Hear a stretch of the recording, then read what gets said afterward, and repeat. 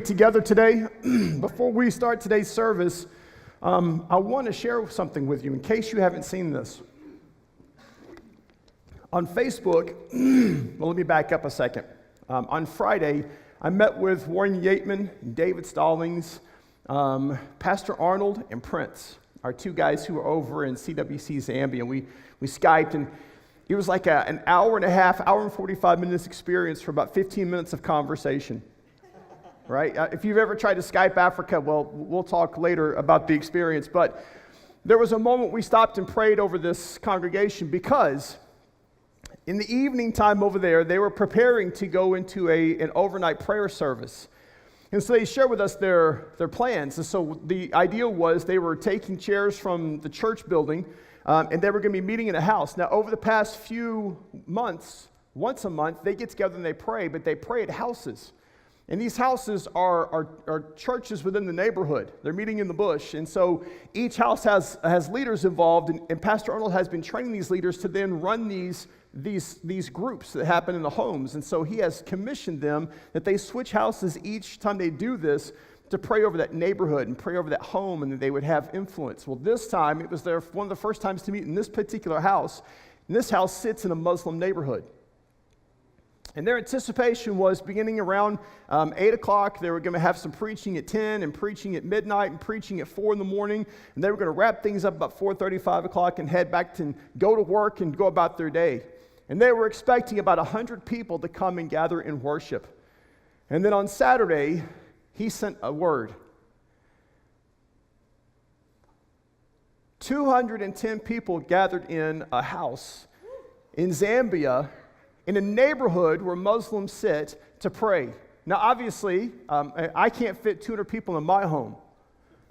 So they had to take the chairs and set them outside, and they were seated around this house, and it was kind of students. It's kind of like see you at the house, right, rather than see you at the pole. And they gathered together, and 210 people prayed throughout the night, not just for like 10 minutes, then go home. I mean, they prayed throughout the night. They sang worship and praise together. They heard God's word. People came to faith. People asked Jesus Christ into their heart from this prayer service. Yeah, I think that's good. Let's give God a hand for that. Now, let me give you some context here. We have lighting, we have acoustical tiles, we have decent seats with chairs. We mentioned this last week, chairs wide enough for my big backside to sit in a chair and relax and not bump into the people next to me. We have air conditioning. We have decent coffee outside. We've got warm handshakes when it's wet. We're pretty much dry except for like where the bushes are sitting. There's a baptism that happens over there from time to time. But for the most part, we have everything we need. We have great bathrooms. Some people say in America you have a great church service when you have two things. One, that your building is set up that people can flow in and out, and the women's restroom is clean and decorated. We have all of those things. I'm going to take women's word for the bathroom thing. I haven't actually been in that bathroom yet, so we'll talk later if we need to replan that, redecorate. But here's the thing. We have everything we need to be successful. We have removed as many obstacles as we possibly can. In a normal worship service, since I've been here, we have seen between 250 and 270 people come worship. For an hour and a half, hour and 45 minutes on a Sunday morning with donuts and coffee and handshakes and comfortable chairs. 210 people showed up and prayed throughout the night. That's not a social commentary on us. I'm trying to put it into context of what kind of movement happened there last night. What kind of thing God did in that moment, that in a village, in a house, in the middle of a Muslim neighborhood, God drew people to himself for the purpose of praying. And then the gospel was presented and people responded to that. So we're going to pray this morning. We're going to pray that God continue to do his influence through the church in Zambia. It is a messed up situation. All the things that are happening there and the craziness of the Zambian culture and the things that are happening with the people there, it shouldn't work that way, but God did what he needed to do. And so I want to invite you to join me as we pray over the CWC Zambia, over Pastor Arnold and his wife and his family, and over Prince and his wife, and they're about to have their first child, and over the home that leader led that prayer time, and he spoke that God would protect him and put him in a place of influence, that people would continue to be drawn to that house, that other houses would be places of attraction, that people would come and hear about the gospel of Jesus Christ, and that they would respond, and that town, that village, that neighborhood would be obliterated, that no more darkness would exist because Jesus Christ has shown up. So join me as we pray this morning over our sister church in Zambia. Father, you do amazing things. And the plans that were put in place, you said those plans aren't good enough. And there was something, Father, the Spirit was let loose, and you allowed the Spirit to draw people to this place, and I'm sure they had to make a lot of accommodations. I'm sure there was a lot of nervousness about, do we have enough chairs? Where are we going to put all these people? Can they be in places around the light so they're not sitting in darkness? And we want to make sure there's no accidents, and Father, for the wild beasts and everything was kept at bay for the moment so that people could come and sing. Not because it was well lit, not because there was great chairs, not because of the craftiness of planning, but simply because people responded to your Spirit. And so, Father, we pray over that church right now. Father, as they have come out of Sunday worship, we pray that you would continue to be made known. And as people hear about you, that they would continue to ask and put their full faith and trust in you, to live in peace with you as the Father. And so this morning, thank you for letting us, the church in Britton, hear about the church in Zambia, and we can rejoice. And I pray over the next few days that we would continue to rejoice at that storyline. People came to faith. They are part of the kingdom. You are a good God. Thank you so much. We pray over this. We pray for this, and we say thank you for letting us be a part of it. In Christ's name, amen. Amen. Now we're gonna step into the service this morning, and I'm gonna tell our online congregation, we're so thankful that you're with us, but we're about to lose you for a moment, so just don't click off. Stay with us. I'm about to take you on a journey. Now, if you don't know this yet, I'm a narrative guy. I like storylines. I'm a storyteller, but I don't write my stories in book form. I go old school, right? I go back to the time of Moses, and I transfer stories by word of mouth, eye contact and facial expressions and hand gestures and movements. And sometimes you use some things on stage like bread or whatever to help communicate this idea, but that's what I like. That's how I learn. That's how I understand the world. That's how I interact with it. And that's kind of where I come to preaching. I see God's word as this narrative. And it's a story of redemption. It's a story of relationship, but it's told through storylines. And whether that story is through history or law or chronological storytelling or accounts, but it's this narrative that gets told. And so I want to take you with me for a second. I'm going to tell the story. And there's two things I need you to know. One, don't do this at home. This is a moment of idiocy that God has allowed me to use in redemptive ways, but I am not advocating this. So please, if we could post a warning or something, don't try this at home. Number two, it's probably going to be something you've never done, at least not with me as your pastor. And so there's going to be a moment where you're going to question, did that happen on purpose? Yes. As far as I can tell you right now, from the next few minutes, everything's going to be purposeful, and it has an end to it. All right, so I'm going to take you back in time. I'm a freshman at Stephen F. Austin State University in Nacogdoches, Texas.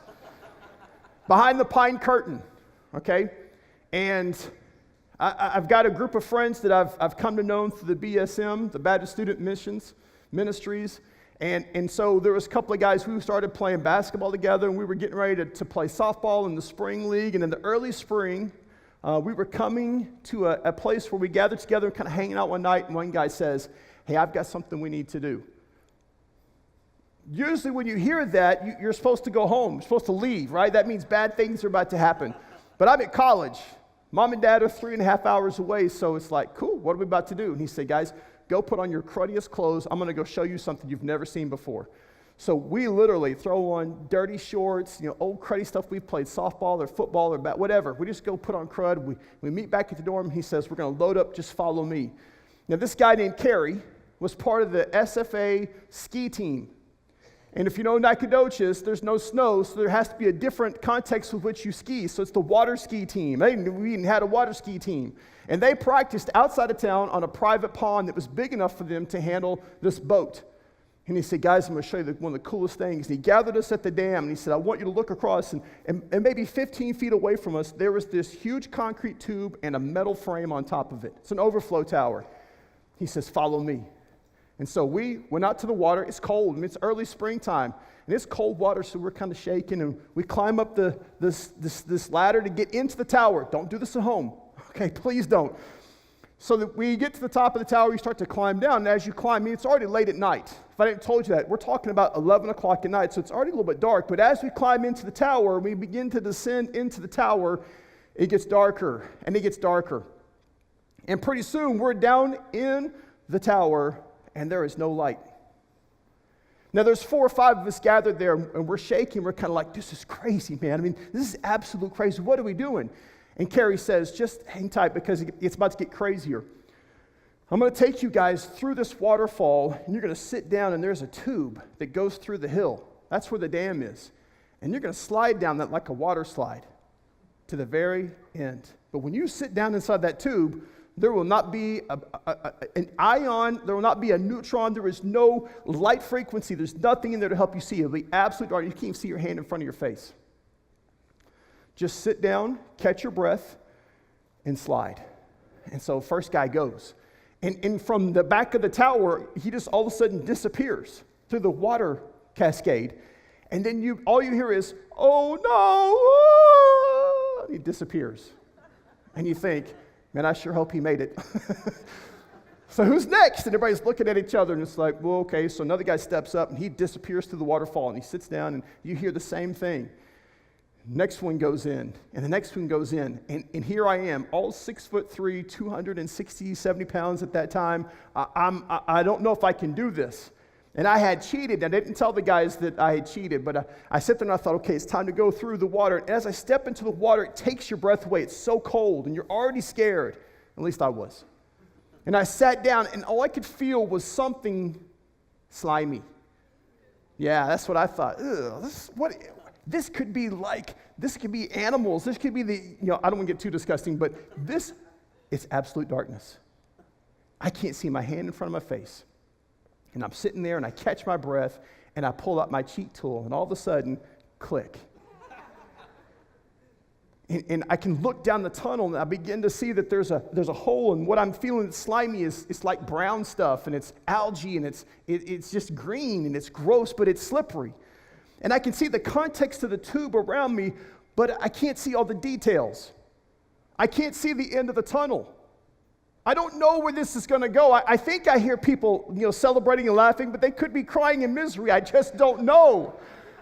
And so slowly I begin to push my 260-pound frame down the tube. And I begin to scream with a very deep growl. No, I'm sorry. It was a very high-pitched, girly squeal. It wasn't like I'm absolutely afraid. And I come out the end, and there's a bed of pebbles, and there's cool water, and all the guys are at the end of the tunnel, and they're high-fiving me, and they're all crazy. We're just covered in slime. It's just gross as it can be. And we went back up and did it 2 or 3 more times. But I don't know if you've ever been in that situation where it's so dark you can't see. You begin to lose the perspective of what's around you. You don't know spatial awareness. You can't sense, and you begin to think. And most of the time, we think the most horrible things. Where the wild things are begins to come to life. And these gnarly teeth, animals and creatures, and you just begin to have the wildest imagination. But I wonder if you've ever been at that point where it's been absolute darkness. And you've adjusted to it, right? Your eyes, your pupils expand. You get up early in the morning and you begin to feel your way through the room. You got your hands out. You're trying to walk slowly so you don't kick anything. And then all of a sudden, the light comes on. Boom! Right? And your first response is to kind of cover yourself because you've been overwhelmed. Your eyes have to adjust. And at first, you're blinded. And you want to cover until your eyes are okay. And then you kind of open up and you can proceed forward. Now, this is a new phenomenon in my new house. Thank you, Gayla. I appreciate this. That at 5:30 in the morning, this is the experience I have as my wife gets ready for the day and I'm still in bed asleep and every light in the vanity area comes on. There's no doors separating the bathroom from the bedroom. And it's like every morning I'm waking up to, oh, Lord, what is this going on? Is the apocalypse happening? And I look at my wife, she's starting to blow dry her hair. Okay, you've been there, right, where you've had to adjust to the light, but it takes you a moment. You see, light's a crazy thing. There's a spectrum that we can perceive. Roy G. Biv gave us that ability, right? He pointed us out. Red, orange, yellow, green, blue, indigo, violet. I had to go through the Roy G. Biv acronym for a moment. Right, but so we can perceive these things, but there's a part of the spectrum you can't perceive. You ever wonder if your remote control in your TV works? And you keep pushing the button and you think maybe the batteries are bad? Here's a little tip. Take your cell phone, turn the camera on, and point the remote at your camera. And hit a button, and if it flashes, that's the infrared light. Your camera can pick that up.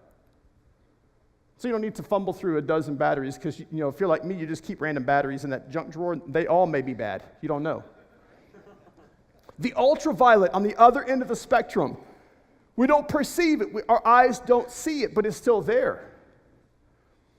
And I wonder, do you understand how much you depend upon light? Not just to get up in the morning. The bedroom suit we have in our house, Krista's great-grandparents gave that to us. It was an inheritance. And when we got it, there were these pink strings that came down off the corners. You know why? Because he chose not to turn the light on. And at the bottom ends of the corners, he broke 2 toes, one on each corner, almost like days within each other. So you know what his solution was? Don't turn the light on, staple pink bath towels to the corner. So we do all that we can to try to adjust to the darkness when the light solves that problem. In physics, you have light, white light like we see right now, is the combination of all colors. Darkness is the absence of light. And so when light is turned on, it's like there's a battle there. Darkness is now eradicated because of the presence of light. The wavelengths are traveling. You can measure the speed of light into space as it leaves the earth. But it takes time to get to certain places. It's faster than sound, but it's not instantaneous. Your body depends upon light to process. We love vitamin D, but we love it when it comes from the sun, right? We have to be outside in order to be able to process it. I didn't understand that until our daughter got sick right after birth, and she had this thing where her bilirubin counts went crazy. And I got some parents going, yeah, I've been there before. That's when you go jaundice, and you begin to have problems because your kidneys aren't functioning enough, and you're not in the sunlight enough to help break down those toxins. And the doctor said, well, put her in the window. The problem is she was born in November, and it's like 35 degrees outside. And so you put her by the window with no clothes on, and it's cold baby. And babies don't like to be cold, right? So it's like crying, bad medicine.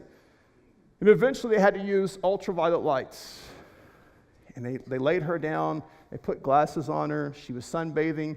And that light was helping her to break down those toxins until her body could catch up. It's not a problem anymore. Plants use it. Right? They take the energy from the sun and they create food. Light is a powerful force. And we sometimes don't understand that until there's the absence of light, until we can't perceive it. Now, let me tell you a theological truth. Jesus is about to make a comparison and help us to understand who he is. If you have your scriptures, I want you to open up to John chapter 8.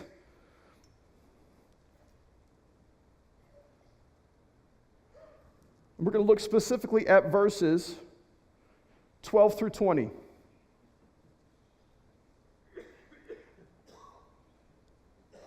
And so in this passage, Jesus is having a conversation with the Pharisees, and he refers to himself in some way that helps them to understand who he is. Now, like last week, we had the bread on stage, and we talked about Jesus as the bread, and hopefully you went out this past week, and there was some conversation you had because of bread. And hopefully that conversation turned back towards who Jesus is and what he does for us. Provision, fulfillment, right? He gives life. And Jesus takes this concept of light and he then says, you want to know who I am? Let me tell you, I am the light of the world. And so starting in verse 12, I want you to read along with me as Jesus gives us a glimpse and helps us to understand who he is. Starting in verse 12, again, Jesus spoke to them saying, I am the light of the world. Whoever follows me will not walk in darkness, but will have the light of life. So the Pharisee said to him, "You are bearing witness about yourself. Your testimony is not true." Jesus answered, "Even if I do bear witness about myself, my testimony is true, for I know where I come from and where I am going. But you do not know where I come from or where I'm going. You judge according to the flesh. I judge no one. Yet, even if I do judge, my judgment is true, for it is not I alone who judge, but I and the Father who sent me. In your law it is written that the testimony of two people is true. I'm the one who bears witness about myself, and the Father who sent me bears witness about me." They, the Pharisees, said to him, therefore, "Where is your Father?" And Jesus answered, "You know neither me nor my Father. If you knew me, you would know my Father also." These words he spoke in the treasury as he taught in the temple, but no one arrested him because his time had not yet come. I am the light of the world.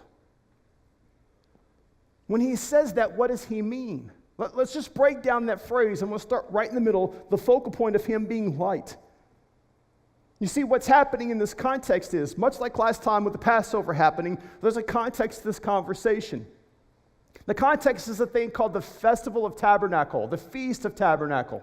And it was a 7-day celebration. And this is part of it, okay? It goes back to Exodus, and in the Exodus storyline, you have them coming out of Egypt. And there's this place where between Egypt and the Red Sea, there's this travel time. And someplace in there, as they begin to escape and go towards the Promised Land, Pharaoh raises up one more time. And he wants to destroy the Israelites. This is after the Passover has happened. And so he begins to pursue in the horse and chariots. And so what they celebrated wasn't the destruction of Egypt in this moment, because that's about to happen in the Red Sea, right? It's going to open up, and the Israelites go across some dry land, the Egyptians step in, water closes up, no more Egyptians. What they actually celebrate is in the travel period. You see, when they went across the desert, God gave them guidance. And during the day as they walked, he put a cloud in front of them that guided the way. And then to give them the provision, if they wanted to travel at night, the cloud turned into a pillar of fire at nighttime, and they could keep walking, and it shed light onto the whole area, and it kept giving direction. And so when they celebrate the fact that God led them to the Promised Land. He was walking with them. He was ahead of them. He was protecting them. He was providing for them. And so the Feast of Tabernacles, the Festival of Tabernacles, there was a moment in the 7-day period where they would light the menorah, they would light the candles. And the entire city would gather around and see what they could see in this area where they were going to light it, usually around the temple area. And when they lit the candle, it was the reminder of God's presence in the world. And they worshiped God.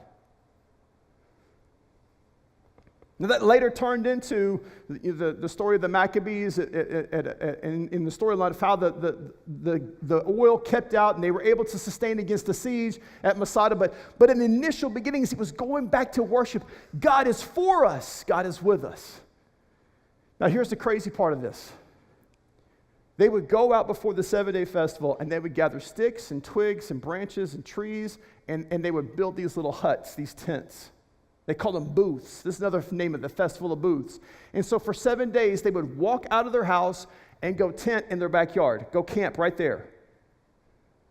Now, if you've got young kids, that's sometimes the best place to be, because when it's like 40 degrees in the morning and your kids are kind of pushing you out of bed, trying to get warm, you can get everybody up and go inside, drink some hot chocolate, and go back into your own bed.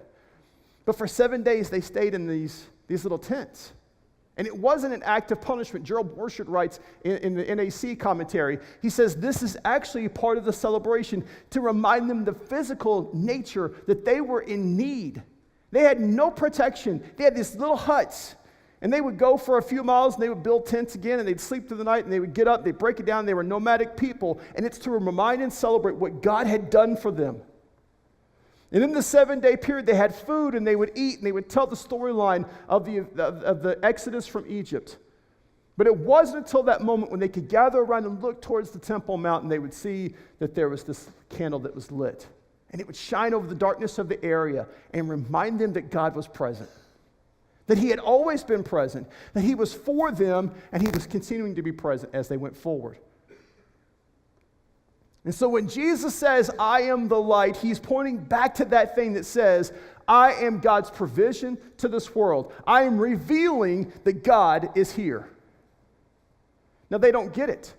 The testimony you give is not accurate. And then he proves the accuracy that there's actually two people testifying. And they don't understand, well, where's your Father at? And he reveals, you don't know who God is. You know about him, but you are living in the opposite of what I am. You're living in darkness. Now, here's another cool thing. When he says, I am the light, he doesn't give it just to certain people. He doesn't say, I am the light to the Israeli, to the Hebrews. That's who I'm light. I'm light to just these people over at this address. I'm the light of this particular church over here. What is the phrase he used? I am the light of the world. That all people would be drawn to him. That when the light burst onto the scene, that their eyes would turn to it. When the light comes on in a dark room, that's where your attention goes. When I turned the flashlight on, some of you were like, woo! But you all looked at the light.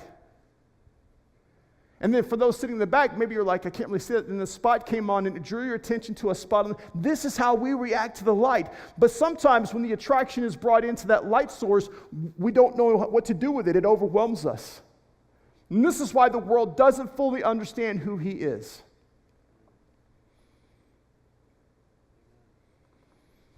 You see, the light is a good thing, unless you don't like the light. All of us in this room have things we do with the lights off. We don't want people to see. We don't want people to know. I like the light, but I want to exist someplace over in the shadows to do some of the things in my life because I want to keep them hidden. There are very few people in the world who go to a very public place and sit down with their tub of ice cream and eat the entire thing. That's not how we operate. Maybe if you go back to that place we talked about last week, Fogo de Chao, Texas de Brazil, that's a public place that you eat too much. But for the most part, we want to indulge in the things we know we shouldn't in the darkness. The light's down low, so there's no attention given. No one will figure it out. I can kind of do this and no one knows. I can manage it. But Jesus came so that the entire world would know that there is a place that you can leave from the darkness. Now let me give you a theological truth. Unlike the light that has to travel at a certain speed, and it takes a moment for it to get to places, and it can be measured, God isn't diminished by space and time. He is present in all places. So why does he use this term, I am the light, if darkness exists? And if it doesn't exist, then why do we use this? Because the darkness exists when we refuse to acknowledge him. Darkness exists because of our ignorance. We think we are in the dark.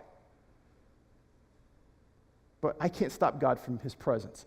There is one time we know in history that's documented in Scripture that the earth shook because of darkness. And we interpret that as God was taking his presence from the earth. He turned his attention away from the planet for the first time since creation. And it was the moment when Jesus was hanging on the cross and all the sins of the world came upon him and he became a sinful man. Not because of what he did, but because of what I did, because of what you did. And when the sins came upon him, the earth shook, the sun was blocked out, and the earth was dark. And our interpretation is he could not look upon his son with sin, and he turned his gaze away. He turned his eyes, and in that moment the earth began to dissolve and fall apart. And in that brief moment, as it began to unhinge itself because of sin, then God turned his attention back and drew it back together, and he moved forward. And when Satan thought he had a victory because darkness had come into the world like he wanted it, God reminded him, I'm still present. I'm still here, and I want everyone to hear the storyline of what just happened. And then he brought him back from the dead. And then he took him to heaven to be the high priest. And that light continues to speak to the Father on our behalf. And for most of us in this room, we were once part of the dark world, and now we're part of the light world. I am the light of the world. Now I'm going to jump back for a second. Because that I am statement again, what he's truly saying is not just possessive, personal. He's not saying, I'm going to reveal something to you. What he's saying is, I declare myself before you that I am God. That you don't understand it, but the phrase that he uses with I am is the Old Testament phrase of the great I am. That I am who I say I am. Tell them I am sent you, and Jesus is saying, that is my identity. You understand me as light, but who I am is God. Boom, the lights come on. How do you respond to that? How do you interact with it?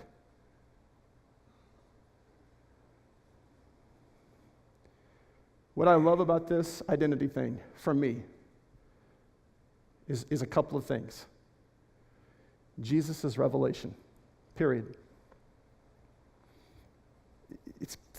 May not fully understand that. He is still God, right? He's still God in the flesh. But he is the revelation of God.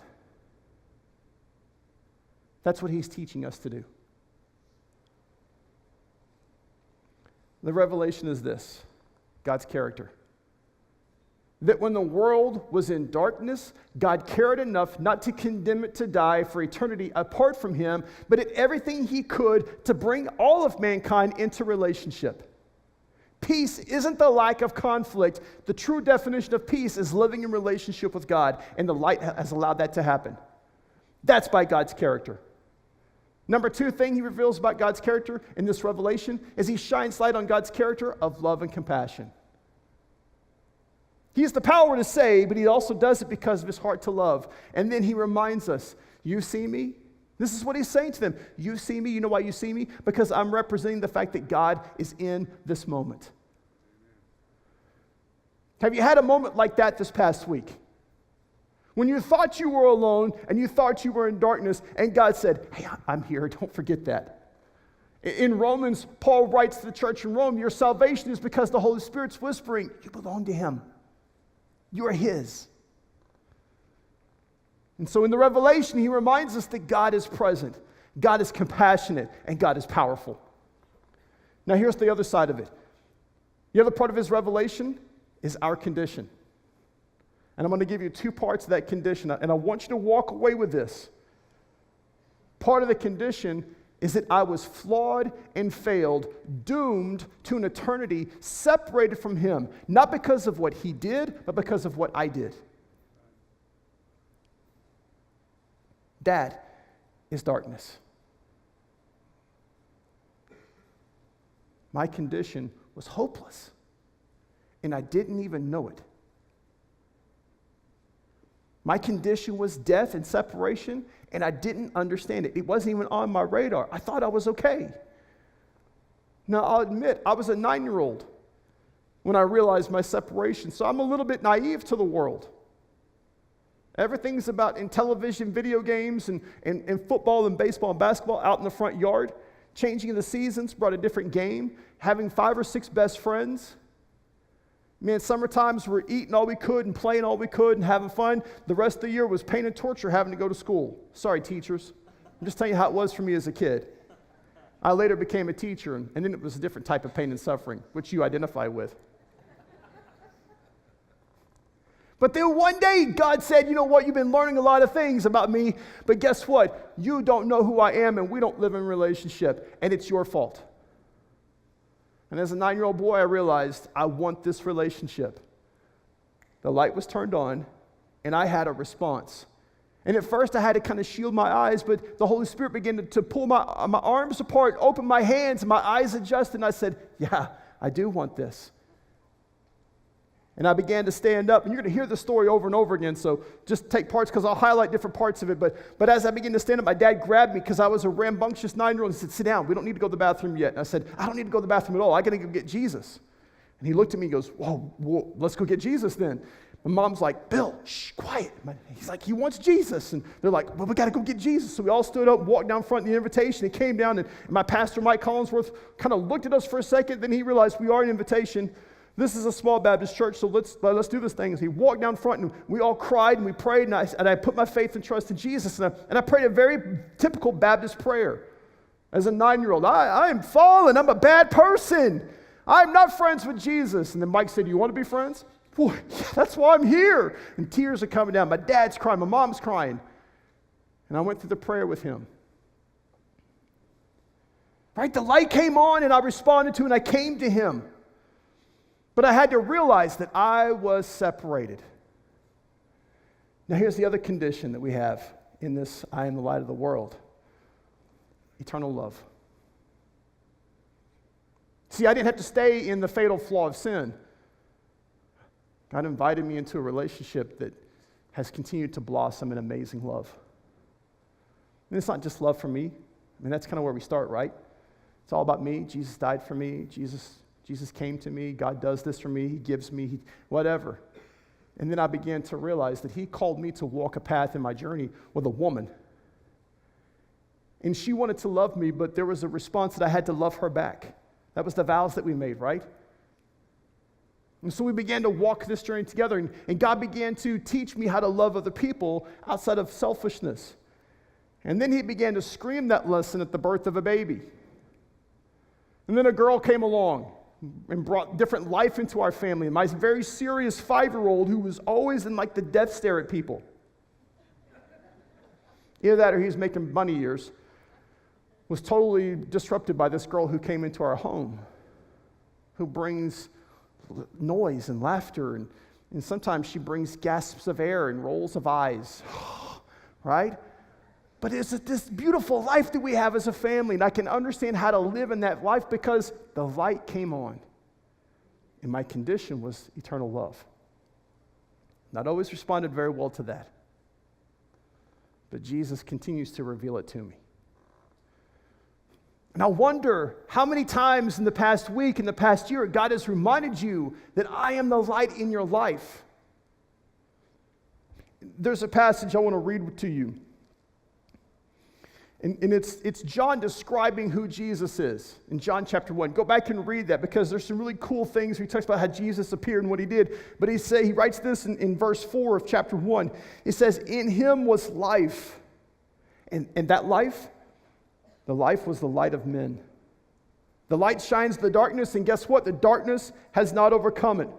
Then there was a man sent by God whose name was John, and he came as a witness to bear witness about the light, that all might believe through him. He himself was not the light, but came to bear witness about the light. True light, which gives light to everyone, was coming into the world. And like John, I'm called to walk into this world, and what I reflect is what God has put inside of me. Not my love of sports, not my quirkiness about coffee, okay? Not the way I decorate my house, and the way I do things with my kids, or the goofy jokes I tell, but what I reflect to the world is the light that he puts inside of me. And why did he do that? Old Testament, Isaiah 42 writes this, "This God, the Lord who created the heavens and stretched them out, who spread out the earth and what comes from it, who gives breath to the people on it, and spirit to those who walk in it." And this is what God says, "I am the Lord. I have called you in righteousness. I will take you by your hand and keep you. I will give you as a covenant for the people, a light for the nations, to open the eyes that are blind, to bring out the prisoners from the dungeon, from the prison, those who sit in darkness." Now he's actually talking about the nation of Israel, but he's actually going to be talking specifically about Jesus Christ coming. So it's a dual prophecy. Then here's the third part. He's speaking about you and me as Christians.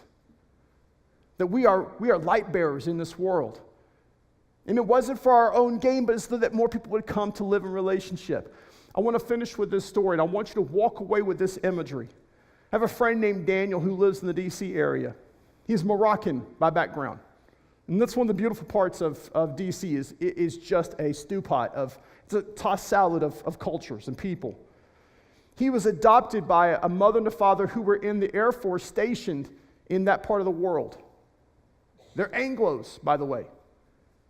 And they began to have a stirring to adopt. And they went to this orphanage in Morocco, and they found this little boy, and he was a toddler, maybe 2 or 3 years old, and went through the adoption process, and he became theirs.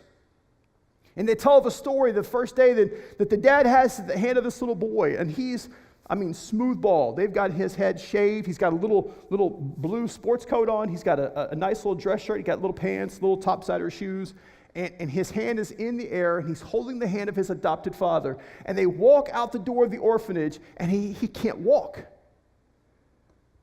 No, it's not because he's not crippled. There's no problem with his legs. He's a full functioning kid, but he can't move. And they look at him, it's like, what's wrong? He goes, what is that? It was the first time he'd ever seen the sun. The first time he'd ever been outside of the orphanage. Can you imagine that? And as his dad grabs his hand, he kneels down and he says, the sun's good, isn't it? It's like, yeah. And he began to adjust, and there's this picture, and he's just looking into the sun. Blue skies. We were captured in that dungeon. Our sins put us in a place of captivity, and we thought it was freedom. How many people who get into sinful things, what is their response? I just want to do what I want to do. Like it's a freedom sentence, and God is this ball and chain that I don't want to be attached to. But when you experience God and who He really is, you understand how backwards that thinking is. How much my sin pushes me into dark places of broken relationships. How much it requires more and more of me to participate in that sinful action. Me being my own God. And when I live in relationship with God, I realize how much freedom I really have. That I'm not contained to a building. I'm not required to say the same phrase over and over again. I don't have to work really hard to earn my salvation. I don't have to work at all, in fact. I don't have to pay a certain amount. I don't have to hope that the gods are friendly. I don't have to chance anything. It's not the rolling of a dice. It's not nothing of those things that are out of my control. It's just chance. But God has said, put your faith and trust in me. Believe that my son rose from the dead and that he is my son and live in relationship with me. And at that moment, I, like the adopted little kid, Daniel, walked into the sun for the first time, not knowing what it was. And the light of the world took my hand and said, walk with me. I'll show you what this life looks like. That was 33 years ago. And praise Jesus for that moment. Tonight, you're going to go home. You're going to flip on light switches, right? Because the sun's going to go down. Some of you may turn on kerosene light switches. Others of you will have electricity. I'm not really sure where you are in the electrical age. I'm joking. That's an inside joke that was meant for one particular person, Tim Ramsey.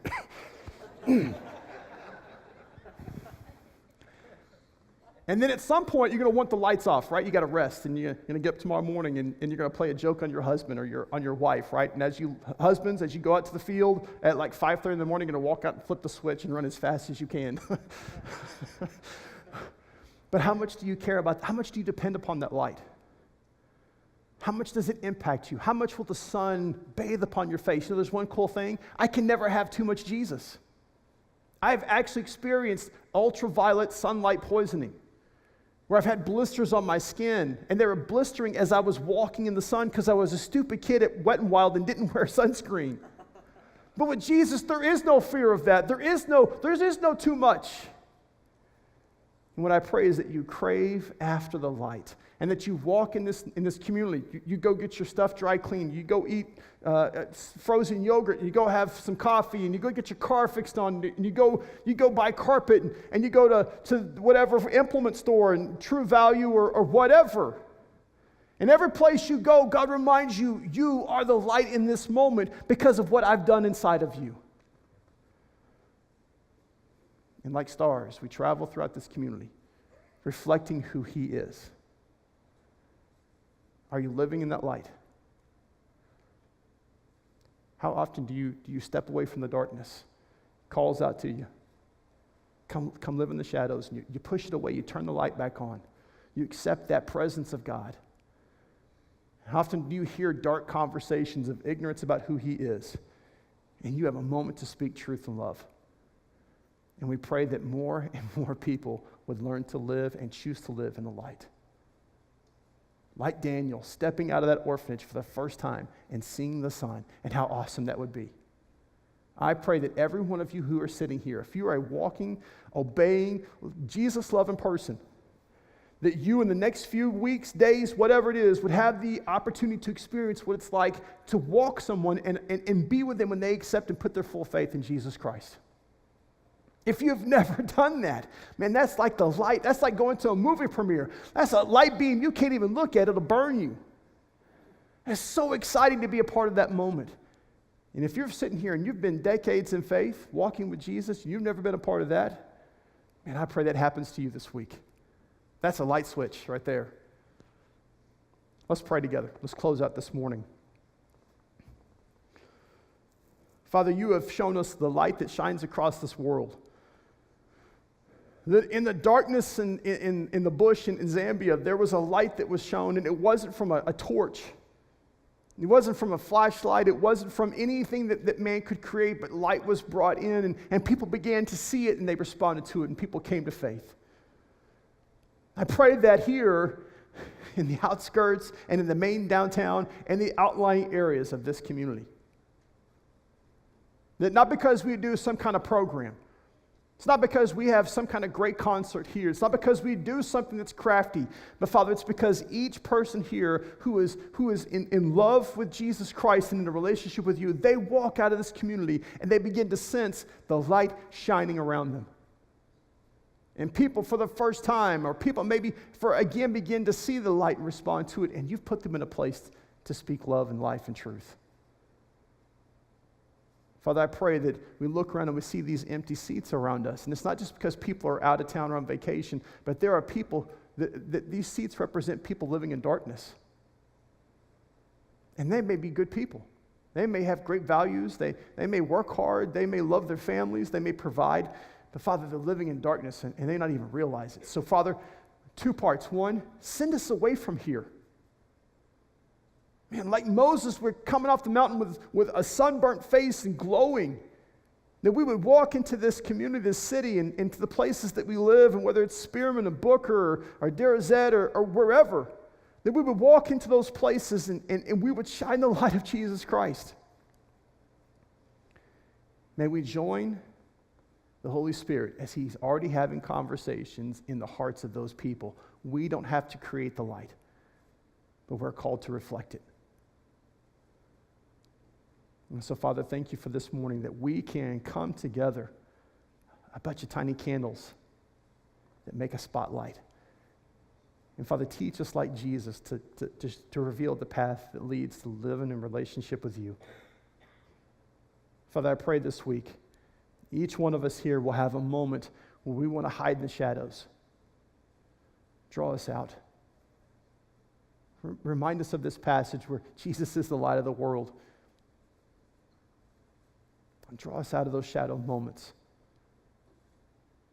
Thank you, Father, that you love us and care for us, and that you sent your Son as a light for the entire world. We give thanks because of that, through Jesus Christ who makes it possible. I'm not going to invite our prayer team to come up. I want you just to stay in your seats for a moment. And the reason is that this response here isn't about physical movement. If you need some prayer, then you need to grab the person next to you here in the next few minutes, and when we dismiss, just stay in your seats. You can pray right here. The altar is no place that's special. I want to make sure that you are spending time to respond individually. That you've had a moment in the service where God has said something to you specifically. It may not be the words I used, it may be the story, it could not, whatever. But as God revealed something to you and you understood it, that you then engage with Him. We're going to end this service unlike anything that I have ever done before. And this is not scripted. The guys in the back are going, okay, we're about to shut the lights off again. What's going on here? We have some things coming up. There will be ladies at the back information area. Debbie's going to be back there. Go ask some questions. Ladies' Day is coming. So if you're a lady, sign up, get involved. If you're a dude, get ready to serve. Go ask Debbie about that. We've got some other things coming up. We have, and make sure I look at this before I speak, Fall Festival's coming. You guys know more about that than I do. There's candy that needs to be had so we can give stuff away. Bring donations, look at the bulletin, there's stuff going on. So there's the next steps. But here's how we're going to finish. You leave when you're done. I'm going to take us into a moment of prayer. You leave when you're finished. And if that means that, Clay, you get up as soon as I get finished and you head up, then you're done, whatever. Clay's like, sweet. Dairy Queen, rocking it. If you got to wait here for a few moments, wait. If the wife heads out because she's been praying all week and the husband's got to catch up, then husbands, hang around for a little while. If you want to come pray at the altar, come pray at the altar. But this isn't a mass migration out of this room because the pastor said you're done. Let the Spirit tell you when you're finished. So I'm going to take us into a moment of prayer, and when you're finished, then go have an awesome Sunday. I think we have a lunch in the family center. Lunch bunch is going to be meeting. So senior adults, make your way there. If you want to stop and say hi to some people, whatever, hang out, loiter in the foyer when you're finished praying, whatever. When you're done here, then you're done. You've dismissed yourself. And I pray that as you leave out of here, that God over and over and over and over and over again in the next few moments, next few days, will remind you that you carry the light into this dark community. Let's pray.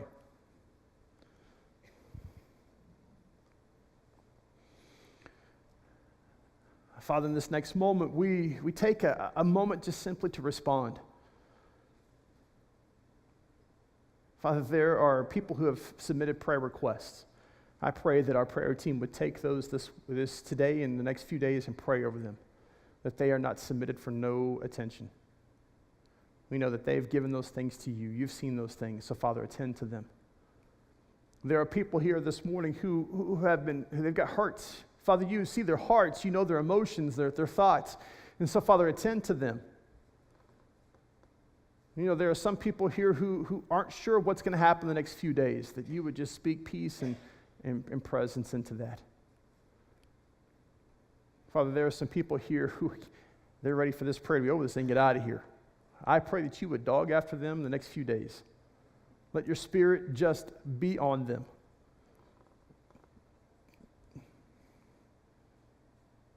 And as we spend time in your presence, remembering that you loved us, for us to be here with you.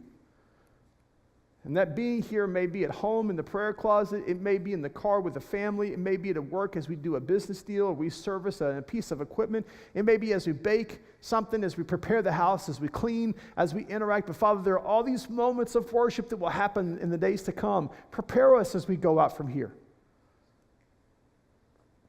I pray that someone this morning who's been holding on to darkness, who's been holding on to living a life in the shadows, is willing to let go of that and to walk and be in the light.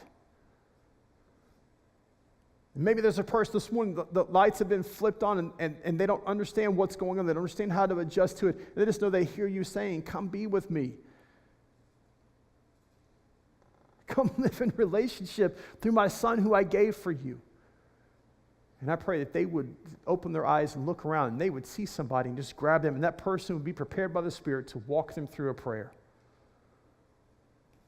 You know the things that are happening in the hearts and minds of these people. And so, Father, usher them into a moment of just being with you. And when you're finished with them, may they know very clearly that they can go and be sent into this world. But we thank you for a time that we could spend together. This has been a good day, Father. Thank you. And so now, hear the prayers of your people.